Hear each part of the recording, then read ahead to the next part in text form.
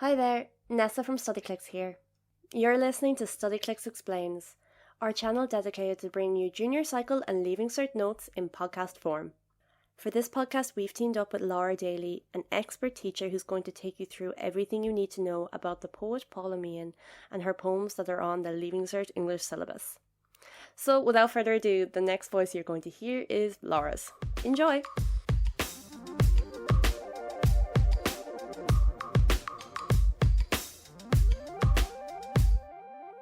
Hi everyone, and welcome to this Studyclix podcast on the poet Paula Meehan. My name is Laura, I'm an English teacher from Dublin, and I've been teaching Leaving Cert English for over 15 years, and I'm going to be taking you through an exam-focused overview of Meehan's work today. She is one of Ireland's most popular contemporary poets and a personal favourite of mine, so ensure that you have pens at the ready to be taking down all the H1 top tips as you listen. Just like in a Leaving Cert essay, I'm going to follow a structure to give this podcast coherence. First of all, I'm going to tell you a little bit about Meehan's background, her cultural and educational context as a poet. I will highlight the key themes that occur as a result of this context and how these themes will most likely inform the style of question that comes up on the Leaving Cert. After that then, we'll look at the overarching structure that your essay should follow, and this section is transferable to all other poets on your course. Then, with possible exam questions in mind, we will go through each of the 10 poems on the course with a view to condensing them into bite-sized elements to make them easy for you to remember. These bite-sized elements will include looking at themes, key images and language, stylistic features, and tone. So, let's start with looking at Meehan's life. No artist creates in a vacuum. They are very much products of their social and historical contexts, so it's important to know a little bit of biographical information about the poets on your course. And a top tip is to include this information in the introduction of your essay and scattered sparingly throughout your answer. It adds an extra layer of knowledge that will impress an examiner. So what do we know about Meehan? She has certainly led a varied and colourful life. She was born in Dublin in 1955, raised in the North Inner City. Her family were working class and very poor, and she lived for a time in a tenement on Sean McDermott Street. Meehan had a love of words from a young age, and particularly loved the oral tradition, as she said herself that books were a rare commodity when she was young. We see this oral tradition come alive in the colloquial language we encounter in her poems, such as in the opening lines of Hearth lesson. Despite a difficult time at school, against the odds, Meehan went on to study English, history and classical civilization at Trinity College. This was a phenomenal achievement at the time because of her working class background. Meehan also travelled widely, so although Dublin is an important character within her poetry, we see this wanderlust coming through also, particularly in her poem The Pattern. It's important to understand the Dublin of the 1980s that Meehan returned to, in order to understand her poetry. Dublin was in the grip of a heroin epidemic, and Ireland was in the midst of a homelessness crisis and recession, so the socio-economic divide was widening. As well as this, the continuing oppression of the Catholic Church, coupled with the repressive reproduction laws, meant that socially Ireland was a very repressed place. Meehan, struck by these injustices, became involved in activism, and much of her writing from this time deals with these social issues. She strongly believed that poetry was a tool for change. She believed that it could be used to give a voice to voiceless and marginalised people. One reason you may want to mention in your essay why you like her is her accessibility to the modern reader. Many of the issues she explores are in many ways still relevant today. Drug epidemics, homelessness, issues around gender and socio-economic inequality are all still important social issues. Not to mention that her poems also deal with family conflicts, perhaps an all too familiar topic. A top tip to remember is that examiners will look for a personal response from you about your poet, so including a line or two about why you enjoyed studying them goes a long way. Meehan's poems are filled with personal anecdotes and are openly autobiographical, full of family, community and dry humour. So now, if you're taking notes, here's a few key bullet points from her biography to jot down. 1. A sense of place permeates her work. 2. Poverty, class and social justice are key themes. 3. She explores women's issues and their oppression in the confines of a patriarchal and religious society. 4. She is interested in the idea of family and community. 5. Her poetry is infused with the element of the oral tradition, including colloquial language and people's voices. Remember, Leaving Cert questions will probably centre around these themes. Now we'll move to the third section of the podcast, how to create an overarching structure to your essay. A top tip is to always be thinking of the overall coherence of your essay. Remember the PCLM marking scheme at all times. P is for purpose. Am I answering the question asked? C is for coherence. Am I linking my responses coherently? L is the marks awarded for language, lively phrasing, vocabulary, syntax, etc. And M is for mechanics, spelling and grammar. Purpose, coherence and language are all 30% of the essay's marks, and the remaining 10% is for mechanics.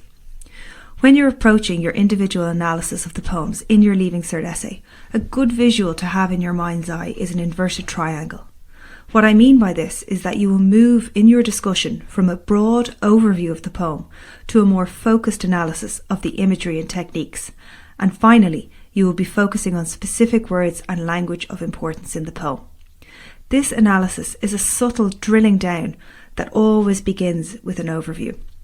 A common error I see when correcting Leaving Cert poetry essays is a student who is so enthusiastic to show their knowledge of quotation and what individual images mean that they forget to give a bit of an overview of the poem or to contextualise it at all before launching into imagery. A top tip is to pretend the examiner has no knowledge of the poet. Finally, a great structural technique to use that will make your essay stand out as exceptional is to use a quote to bookend your answer. And by this, I mean in your introduction and in your conclusion, particularly the last line of the essay. If you quote something Meehan or a critic has said about her work, this gives a lovely structure and adds greatly to the essay. If you have your pen there, I'll give you 2 quotes now that you might like to write down to bookend your essay. The first is Meehan speaking about the vital importance of poetry. She says that, quote, 2 lines can save a life. While Dr. Thompson remarks that Meehan, quote, gives voice to her people and places. 2 very easy lines to learn that will have a big impact. So, let's get going with the real business. Now we've covered style, let's begin to look at the content and going through the poems individually. At the end of each poem, I will give a recap of the important things to remember from that poem, so have your pens at the ready. In the exam, you will need to write about 4 poems in depth and refer briefly to another 2 for a H1. Skip the poems you haven't covered with your teacher in class. 1. The exact moment I became a poet. It seems apt to begin with the exact moment I became a poet, as the poem is a reminiscence of Meehan's early school days and a cutting comment from her primary school teacher, Miss Shannon. The form is unrhymed tercets, 3-line stanzas, short stanzas and short lines, perhaps mirroring the beginnings of a language learner, a young person tentatively finding their voice in writing.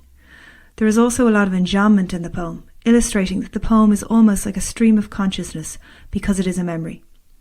An insult from Miss Shannon has stuck with Meehan and influenced her path in life. The title, so often overlooked by students, runs into the first line of the poem and pinpoints this exact moment when Meehan's path towards art and poetry began. In the opening stanza, the teacher is half obscured by a cloud of chalk. She is physically and metaphorically a shadowy embodiment of education to the working class girls before her. For them, education seems intangible, in many ways opaque, and therefore unattainable. Meehan gives voices to people within her poems, and in this poem it is the voice of Miss Shannon pontificating, "Attend to your books, girls, or mark my words, you'll end up in the sewing factory." At the time this sparked indignation for young Meehan, but with hindsight there is the realisation that there was an element of truth in her jibe. The teacher was right. The poem explores ideas about class and the cyclical and oppressive nature of poverty, a common theme in Meehan's poetry. For a lot of the girls in the class, their mothers worked in the factory, as did Meehan's aunt. As an adult looking back, Meehan is able to more fully understand how Miss Shannon's words end up robbed the labour of its dignity. Yet the poem's key simile of the women trussed like chickens on a conveyor belt acknowledges that, although the work has intrinsic value, not all those who worked are valued in society. Factory labour can rob women of their individual potential. The image is repugnant, particularly the word trussed, which means tied up, and it highlights how restricted the women really were. The final image of importance that you must mention is the final stanza. Words could pluck you, leave you naked, your lovely shiny feathers all gone. There are 2 interpretations of this image. Choose one, or for a H1 you can mention both. The first is that the condescending words of Miss Shannon have harmed the girls by exposing the weakness, the cycle of poverty, that they seem unable to escape from. Another interpretation is that the words are the words of Meehan's poems. The creation of art is an act of vulnerability, exposing your inner thoughts and feelings to an audience, and as a result, the very act of writing poetry leaves her vulnerable and exposed. The overall tone is somewhat meditative. The passing years have taken the sting out of Miss Shannon's words, and Meehan can recall and critique them in a controlled way. So, to recap, themes: the cycle of poverty, education as an escape from poverty, and the act of writing as an act of vulnerability. Key images: the cloud of chalk, what Miss Shannon says, the simile of the chickens on the conveyor belt, the plucked feathers in the final stanza.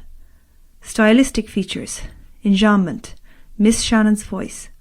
Tone: meditative and critical of society. 2. The pattern. Let's move now to The Pattern, another poem where Meehan looks back on moments from her childhood. This poem is specifically about Meehan's mother, and it's important to note that she had a difficult relationship with her mother. This is a particularly long poem, and it can make it more manageable to divide it up into sections in your mind. Then choose one image from each section to ensure you've hit all the important points for the exam. I have divided the poem up loosely below. Remember, this is just as a study aid. Do not mention sections in the exam. So section 1 would be stanza 1 to 3, remembering her fraught relationship with her mother and her early death. Section 2 would be stanza 4 to 6, memory of her mother polishing the floor with her children around her. Section 3 would be stanzas 7 to 10, her mother patching the red dress for her and remembering when she wore it herself when she was young, and her granddad dragging her in from the street. Section 4, stanzas 11 to 12, Meehan wanting to explore the wider world. Section 5, stanza 13, a photo of her mother in the Phoenix Park. And Section 6, stanza 14 to 17, her mother knitting by the fire, Meehan holding the wool, being reeled back in by her mother. The opening of the poem reveals a tension between the mother and daughter, and this is the theme of the poem. Meehan's desire to rebel against a prescribed path carved out by her mother, the metaphorical pattern of the title. She wants to move beyond the oppressive class boundaries she feels ensnared her mother and choose a different life, a more exotic one that would carry her to Zanzibar, Bombay, and the land of the Ethiops. The poem is an elegy. In section 1, she mourns the loss of her mother, when at the early age of 42 she headed off for God knows where. There's so much to unpack in this line alone. The sadness evoked by the young age of the mother when she passed, the tone of regret and loss, and of course the colloquial language we so often see in Meehan's work, lending an informality, a conversational tone, rooting the poem in the spoken word. Meehan rues the fact that she never got a chance to get to know her properly as an adult, without tags like mother, wife, sister, daughter. But she also mourns the life her mother never got to lead, oppressed as she was by class, poverty, and indeed her role as a mother. In section 2, she questions whether her mother ever got a chance to know herself, with a list of rhetorical questions. She wonders, during her menial tasks like shining the floor, did she net a glimmer of her true self?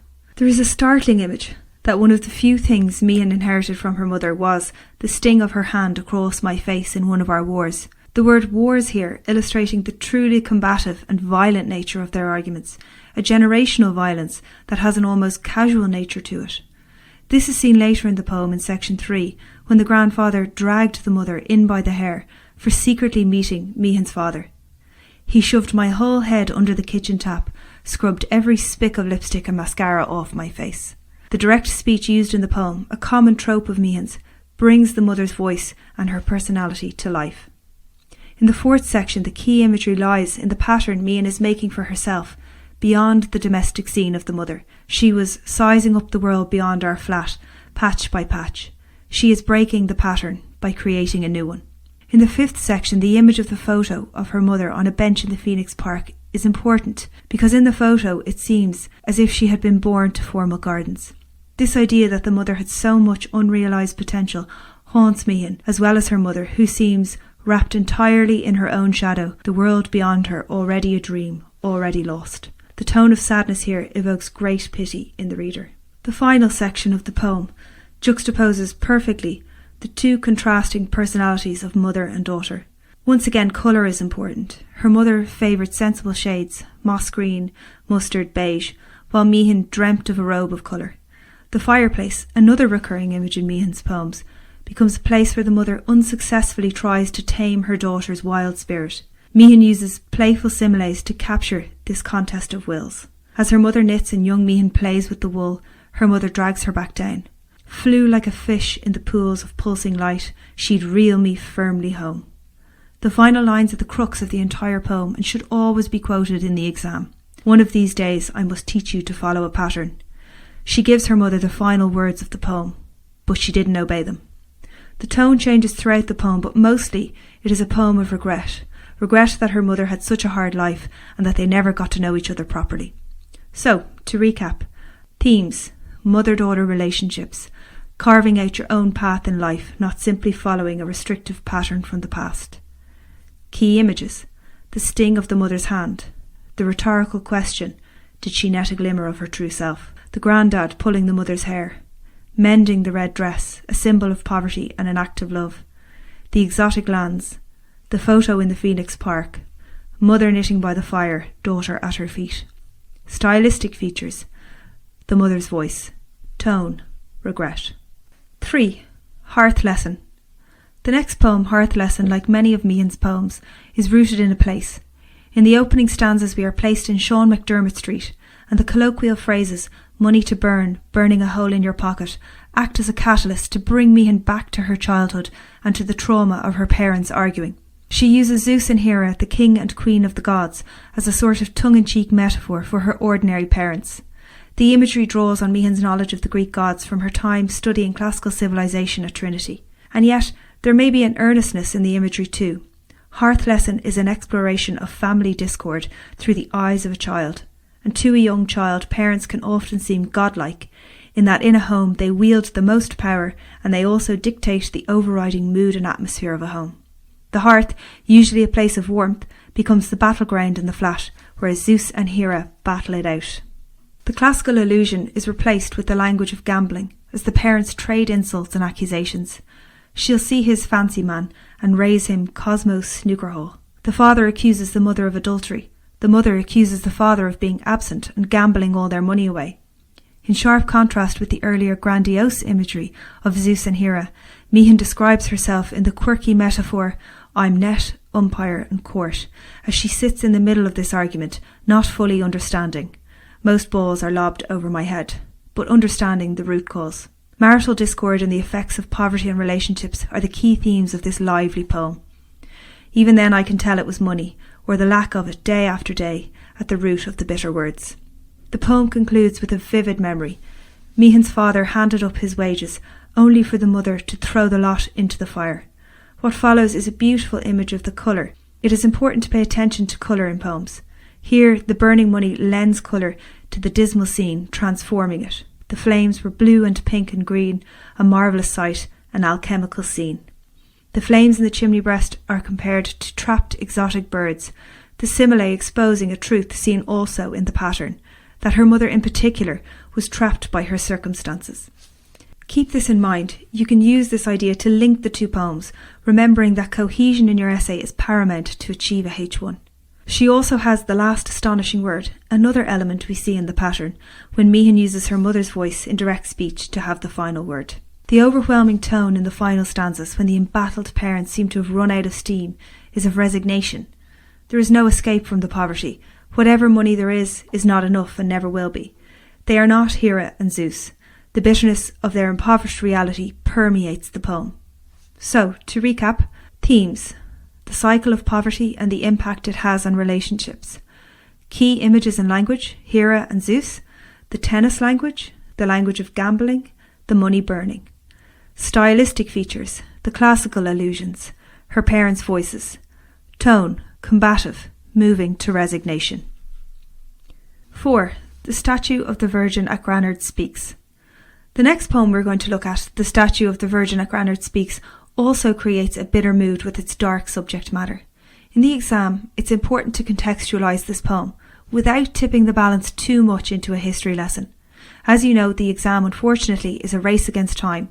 You have roughly 5 minutes to spend on your introduction and 5 minutes on your conclusion. That leaves 10 minutes per poem, 50 minutes in total.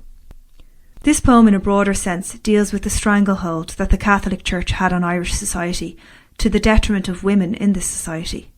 To illustrate this, Meehan uses the harrowing true story of Anne Lovett, a 15-year-old girl who concealed her pregnancy and gave birth on a cold November night in 1984 to a baby boy beside a grotto of the Virgin Mary. Both subsequently died, and it caused outrage and shame that this could happen. Meehan tells a story from the point of view of the Virgin Mary, at times veering into blasphemous territory, with the Virgin Mary denouncing her virginity and craving to be incarnate, immaculate and tussled in a honeyed bed. This sexualization of the Virgin Mary is the very antithesis of what she represents in Catholic doctrine. As the title suggests, the narrative of the poem traces a monologue of the Virgin Mary. She discusses the passing seasons as she observes them from her place in the grotto. The November night with seeds of ice at the opening of the poem eventually leads her to recall the plight of Anne Lovett on a similar dark winter's evening. On a night like this, I remember the child who came with 15 summers to her name. The opening imagery is ominous, with the onomatopoeia of the howling wind and the trees cavort in agony, wild things gone to earth. All of this imagery of nature and chaos foreshadows the awful events detailed later in the poem. An important part of the poem is the scathing comments the Virgin Mary makes about society, particularly patriarchal society, and how religion is often invoked to justify violence, where men hunt each other and invoke the various names of God as blessing on their death tactics. She also accuses the people of the town of turning a blind eye to the realities around them. A top tip in revising a poet is to anticipate the types of questions that are likely to come up in the Leaving Cert. Meehan is a poet with a social conscience, and therefore the question may focus on this. The statue of the Virgin at Granard Speaks lends itself perfectly to such a question. She is deeply critical of Irish societal attitudes. The repetition of tucked up in the poem highlights the willful ignorance of everyday people towards girls like Anne. Through the voice of the Virgin Mary, Meehan captures the lack of empathy and compassion that society exhibited. And though she cried out to me in extremis, I did not move, I didn't lift a finger to help her. The Virgin Mary examines her position as a deified figure in such a heartless society. They fit me to a myth of a man crucified, and they call me mother of all this grief. And she appears to reject it. The Virgin Mary of Meehan's poem is not the one we see represented in the Catholic Church. The tone is unfeeling and detached. She lacks maternal empathy to help a child in need. The simile, their prayers fly up like sparks from a bonfire that blaze a moment then wink out, illustrates the futile nature of prayer and faith. She has sexual desires and appears to be a pagan, praying in the final stanza to the sun. O Sun, molten mother of us all, hear me and have pity. The final line resounds with self-centeredness, and the mood we are left with is one of utter desolation. So, to recap, themes: patriarchy, our shared responsibility for the damage religion does to society, key images and language, the passing seasons, the November night and nature and chaos, the unfeeling Virgin Mary, Mary's sexual desires, the oblivious town and the desperate image of Anne asking for help and being abandoned. Stylistic features: the unconventional voice of the Virgin Mary, tone: bitter, callous, judgmental. 5. Prayer for the Children of Longing. The desolation seen at the end of the statue of the Virgin at Granard Speaks is also seen in the next poem we are going to look at, Prayer for the Children of Longing. This poem is another elegy, commemorating the young people of Dublin's inner city who died as a result of drug addiction during the heroin epidemic of the 1980s. Meehan was commissioned to write it and read it at the lighting of the Christmas tree on Buckingham Street. The poem has the language and chant-like rhythm of a prayer, as indicated by the title, but the deity she appeals to throughout is the Christmas tree. Great tree, grant us the clarity of ice. She asks the tree for comfort, silence and quiet. She longs for this silence to catch the breath of the children of longing. She wants to somehow save them, those children already lost to addiction. This description of addiction as a longing is particularly poignant. The reader questions, what longing did the drugs alleviate for these young people, and how did society let them down by not providing for them as we should have? This is perfectly depicted by the image, the streets that couldn't shelter them, the streets that promised them everything, that delivered nothing. The personification of the streets here as a menacing influence is particularly effective.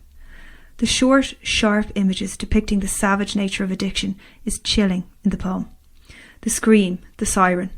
The onomatopoeia here adds to that chilling tone, which is evoked throughout the refrain, here at the heart of the winter. Meehan does something beautiful in this poem, which is to venerate those most often demonised in our society, addicts who have succumbed to their addiction. She uses an aphora of let their names, let their names, let their names, contribute to the sense that these young people should not be forgotten. We owe them that at least. So, to recap, themes, addiction, reframing how we see addiction, key images and language, the personification of the streets, the great tree, the heart of the city, the heart of the winter, the respectful silence and quiet. Stylistic features, the onomatopoeia, the repetition, the anaphora. Tone, reverent, regretful, sad. 6. My father perceived as a vision of St. Francis. The next poem is another poem about Meehan's family. This time, though, it is about her father, and it is a much more forgiving portrait than the one depicted in Hearth lesson. There is an intimacy in this poem from the outset because of the images from the comfortable family home. My brother's room full of ties and sweaters and secrets. She listens to her father as he goes about his early morning domestic routine. I heard him rake the ash from the grate. When she sees him in the garden, the colloquial language Meehan so often uses interrupts her observations. What's he at? As alluded to in the title, the theme of this poem is how our perceptions of people are in flux. She admits she is anchored to an image of her father from the past. He was older than I had reckoned, until confronted with the physical realities of her ageing parent in the sibilant image. For the first time I saw the stoop of his shoulder, saw that his leg was stiff. Then later in the poem he is once again transformed by his actions. The early morning ritual of feeding the birds imbues him with a renewed youth and vigour, deserving of adulation. He was suddenly radiant, a perfect vision of St. Francis, made whole, made young again in a fingless garden. We've seen this type of juxtaposition before, in Hearth lesson, when Zeus and Hera are in Shaw McDermott Street, trading insults. And here St. Francis is in a fingless garden, feeding the birds. This sense of place pervading her poems roots Meehan in an Irish context. She stands in contrast to the likes of Dickinson or Plath, whose poems are more abstract and find their universality in that abstraction. Meehan finds her universality in the ordinary and the everyday people and places. In the final stanza, the urban, or should I say suburban landscape, collides with the natural world, as birds come flocking to be fed by her father. St. Francis is the patron saint of animals, and her father takes on this spiritual persona in this ordinary act of benevolence. The remarkable vividness of the image of the sun cresting O'Reilly's chimney at the moment her father threw up his hands is an image of benediction and love. There is a sense of ambiguity. How much do we really know about the people in our lives, even those closest to us? This small act of kindness by Meehan's father bathes him in new light for her. This theme of renewal permeates the poem. So, to recap, have the pens at the ready. Themes: renewal, ageing, our perspectives on people. Key images and language: the comparison with St. Francis, the birds, the sun cresting the chimney. Stylistic features: the colloquial language. Tone, intimate, sense of awe at the small acts of kindness. 7. Buying Winkles. Buying Winkles is a lyric poem, a tale of late-night childhood adventure through the streets of Dublin. It has allusions to the quest motif of classical literature, and the tone is more light and playful than some of her poems on the course. Meehan is sent to buy Winkles, a type of shellfish, by her mother, and although warned in the opening lines, "Hurry up now and don't be talking to strange men on the way," the streets hold little menace in the eyes of the girl, and the overall atmosphere is one of warmth and the vibrancy of life that existed in the tenements. The poem acts in opposition to stereotypes held about the tenements and their occupants, and they are remembered with tenderness by the poet. She shows us the lives of men and women of her childhood. Her mother and the other women are tending children, staying at home or working, while the men are out socialising and drinking. Meehan enjoys the freedom of the expedition, and her simple, straightforward language reflects the voice of the child. Even in the rain I was happy. There are lovely images familiar to all childhoods dotted throughout the poem. her dash from the ghosts on the stair, or the invisibility of a child as she would weave a glad path through men heading out for the night. She envies the adults their grown-up lives when she catches a glance through the door of the pub. I envied each soul in the hot interior. The poem is filled with contrasting light and darkness. The blown-out bulb on the stair, the moon, the light from the pub, the simile of the Winkles themselves like blue little night skies, the final image of the torches. Sibilance is another important technique employed by Meehan. We often tend to think of sibilance as creating a menacing tone, but here the S's lend a lovely softness throughout the poem, creating this cosy feeling as we are immersed in the scene. The Winkles represent something exotic in the impoverished landscape of the tenements, and Meehan is only too happy to seek them out. The closing simile of the poem again touches on the child's naivety, her prize filling her with pride. She has accomplished her mission. I'd bear the newspaper twists, bulging fat with Winkles, proudly home like torches. So, to recap, themes: childhood adventure, the vibrancy of tenement life, gendered roles of her childhood. Key imagery and language: the Winkles, light and darkness. Stylistic features: colloquial language, the voice of her mother and the Winkle cellar. Assonance and alliteration lend a musicality. Tone: excitement. At the end, pride, proud of her area and proud of her accomplishment. 8. Cora, Auntie. This poem is yet another elegy, divided in 3 sections. It is a beautiful tribute to the indomitable spirit of her aunt, her mother's sister. The poem's appeal also lies in the universality of its subject matter. Someone going through illness, particularly cancer, is something a lot of readers can relate to. The idiosyncrasies of Cora's personality are evident from the outset. Staring death down with a bottle of morphine in one hand, a bottle of Jameson in the other. The harsh, alliterative D sound mirroring the fact that Cora is made of hard stuff. This opening section of the poem deals with the aunt's attitude towards her terminal cancer, and in doing so it focuses very much on the personification of death. Meehan describes her aunt's relationship to death as a sort of reluctant courtship, laughing, teasing and grinning at him. Sadly, she eventually succumbs to his advances. It was time to go and leave her in the arms of death who desired her so. But her irascible spirit is what shines through, the imagery both irreverent and edifying at the same time. Scourge of Croydon tram drivers and high street dossers on her motorised invalid scooter. The second section is a flashback to Cora's youth and her mother and sister's sewing sequins to her dress for her 21st birthday. Meehan uses the vibrant similes to capture the red of the scene, a colour of youth and coming of age. Sequins red as the lips of maids, as blood on the bedsheet. Meehan does something unusual in this poem that we don't see elsewhere that is worth mentioning. She writes about the fact that she is writing the poem, in a poem. This red pen on this white paper I've snatched from the flux to write this poem. We are made aware of the suddenness of her artistic inspiration as she writes. Like many of Meehan's poems, this has a feminist edge, and we see this in the naming of the matriarchal line, her grandmother, her mother and her aunts, and her realisation of their vibrancy only reaching her in adulthood. She uses a metaphor to compare them to stars. The light of those stars only reaching me now. The final section explores the theme of emigration from the point of view of those left behind.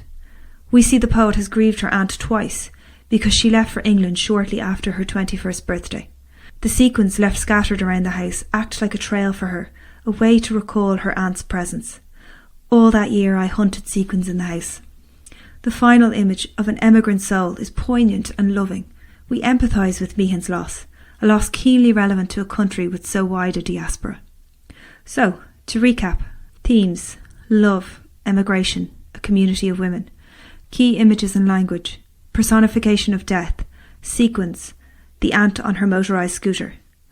Stylistic features: alliteration, colour, red. Tone: humour, admiration, love, grief. 9. Death of a Field.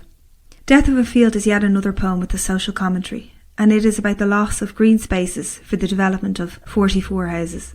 The poem is filled with bitterness. Meehan describes how we lose so much more than just a field. We lose the nature that fills the field and the future of that nature. We lose our connection to the land. The field itself is lost the morning it becomes a site. Repetition is an important technique in the poem.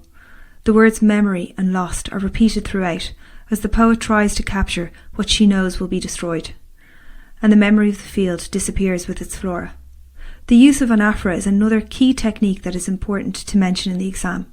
In the 8th stanza, she lists all the flora and fauna that will be destroyed when the houses are built, and the chemical cleaning products that will replace them. The end of dandelion and the start of flash. This creates a particularly oppressive atmosphere in this part of the poem. Before the inevitability of the construction, Meehan goes once more at night, barefoot, to know the field through the soles of my feet.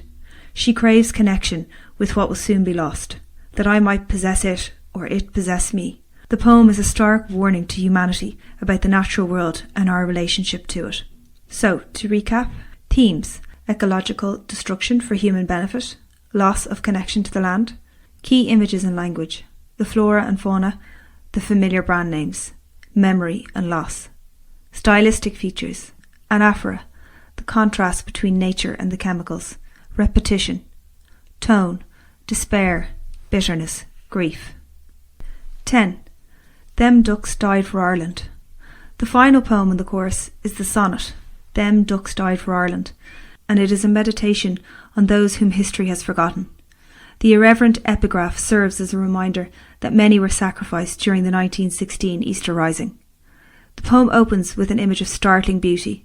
Time slides slowly down the sash window, puddling in light on oaken boards, the soft sibilance adding to the atmospheric nature of the image of the condensation on the window pane.